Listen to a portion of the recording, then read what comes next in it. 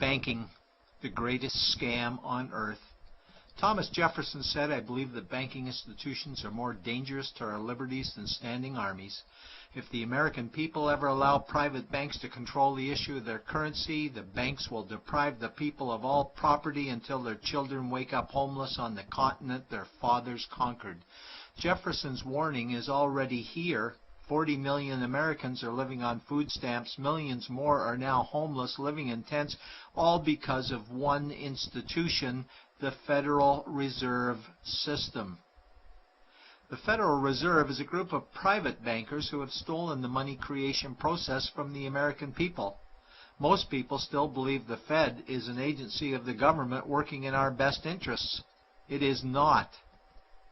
There is no greater form of evil in the world today, so let's explore the banking scam. None of us have ever been taught anything about money. The reason is to prevent us from learning the truth that money is a trick and money is a trap. When solving any crime, there's a universal truth: follow the money, but with the banking scam, follow it backwards. Where does money come from? The world's money supply is always growing. Where does all the new money keep coming from? Money comes from privately controlled global banks like the Federal Reserve System. They create money every day, which increases the world's money supply. Because all banks are either owned or controlled by private bankers, the real question is, how do private bankers create new money? And the answer is they create it out of thin air. Bankers create money out of nothing. They make it up. It is a fiction. Wow. Godlike power to create something of value out of nothing. A stroke of a keyboard and money is created. In fact, only 3% of the world's money is even in the form of bills and coins, which means 97% of all money in the world is just numbers typed on a computer screen. This is part one of the banking scam. Money is created out of nothing. The second part of the scam is this phony money is issued as debt. What is debt exactly? Well, when you consider we work our whole lives to pay it off, you could say debt is slavery. But whose debt is this phony money? It's our debt, all of it. It's our debt when we use credit cards, we get student loans, borrow money for mortgages, all bank borrowing. And it's our debt, again, when the government borrows, which is each and every day. In today's world, money is debt, and debt is money, and don't forget the interest charges. Money equals debt, and debt equals slavery. Therefore, money equals slavery. Our monetary system is a carefully concealed system of slavery. Why? Because our government can create the same money for free with no interest charges, just like they used to, as the Founding Fathers designed it inside the United States Constitution for our protection against private bankers. The third part of the banking scam is very evil. When bankers create money from nothing and issue it as debt, they only create the principal portion of the debt. They do not create the money for the future interest payments.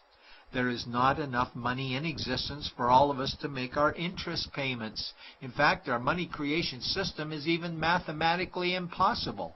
Money issued by the banks, principal debt, does not equal the money demanded back to the banks, principal plus interest. We are forced to play a game of musical chairs to see who can make their debt repayments. This guarantees a world of bankruptcy, competition, and scarcity of money. For example, we go to the bank to borrow money for a house, let's say $100,000. The moment we sign the loan document, the bank creates the money out of thin air. A $100,000 debit gets registered for us and a $100,000 secured credit for them. Then one of two things happens. Either we give the bank 30 years of labor making house payments totaling $300,000 for the original $100,000 we borrowed, or the bank takes our house. The bankers get either our labor for life or our house, and often they get both, all from money created out of thin air and issued as debt, for money made out of nothing. This is why all the bankers end up with all the assets. The fourth part of the banking scam is inflation. People think inflation is prices and costs increase.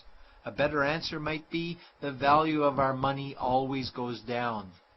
Inflation is created every time the central banks print money, which is every day. Where does all this new money get its value? The answer is it steals its value from the existing money supply, where our savings are. Our savings are disappearing because of the new money they're printing. If money creation was in balance with goods and services, there would be no inflation. Prices would stay the same. But the reality is banks always print money, driving prices ever higher, which steals the value of our savings, making them disappear.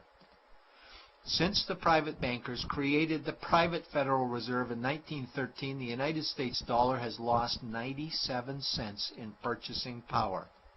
An item in 1913 that cost $100 in 2011 cost $2,230, a price increase of 2,130%. This is the banking scam. 4 parts. Private bankers create money out of nothing and charge interest on it. There is no money created for the future interest payments, and inflation steals our savings every day. In order for the banking scam to be pulled over our eyes, the bankers need help from the likes of paid-for politicians and appointed civil servants, military-industrial complex, mainstream media, multinational corporations, and the bankers' good buddies. For example, what do our banker-controlled television networks say about criminal bankers? Oh, bankers are our saviors. Chairman is Man of the Year. He saved the world. Bankers really do deserve their bonuses. They're so smart.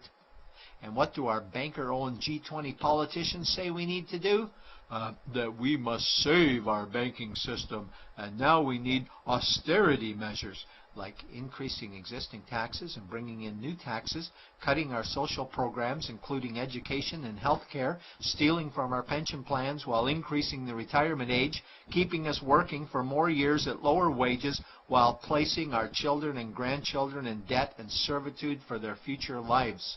We are being lied to that we must go deeper in debt for bailouts, stimulus packages, quantitative easing, saving the too big to fail banks, credit easing, currency interventions, all names that mean the same thing, more debt to us. Is it not strange that the solution to too much debt is always more debt to us? And where is all this money going? It's going to the banks and to the bankers. They are stealing our money right now. 0.1% of the world's population owns 2/3 of the world's wealth. This means that 99.99% of the world's population own less than 1/3 of the wealth, a decreasing amount because these guys are stealing it. We desperately need to wake up to the banking scam. It is time for change. To retake control of our money system, we must stop supporting the banking scam. Lincoln said the government should create all the currency and credit needed to satisfy the spending power of government and the buying power of consumers. Money will cease to be master and will then become servant of humanity. And Jefferson said the issuing power of money should be taken from the banks and restored to the people to whom it properly belongs. It's a pyramid scheme. And we, the people, are the bottom layers of the banking pyramid. Without our support, the banking scam collapses. We have to do it ourselves. Wake up, get active, wake others. Remove our money from the bank. Buy gold and silver coins. Get out of debt. Rip up your credit cards. These actions will bring down the banking scam. Only vote for politicians who support debt-free money, or run for office yourself, and turn off mainstream media to search for the truth while you still can, and support every effort to end the Federal Reserve System and all the privately owned central banks. Let's bring these criminals to justice to get our money and our countries back before it's too late.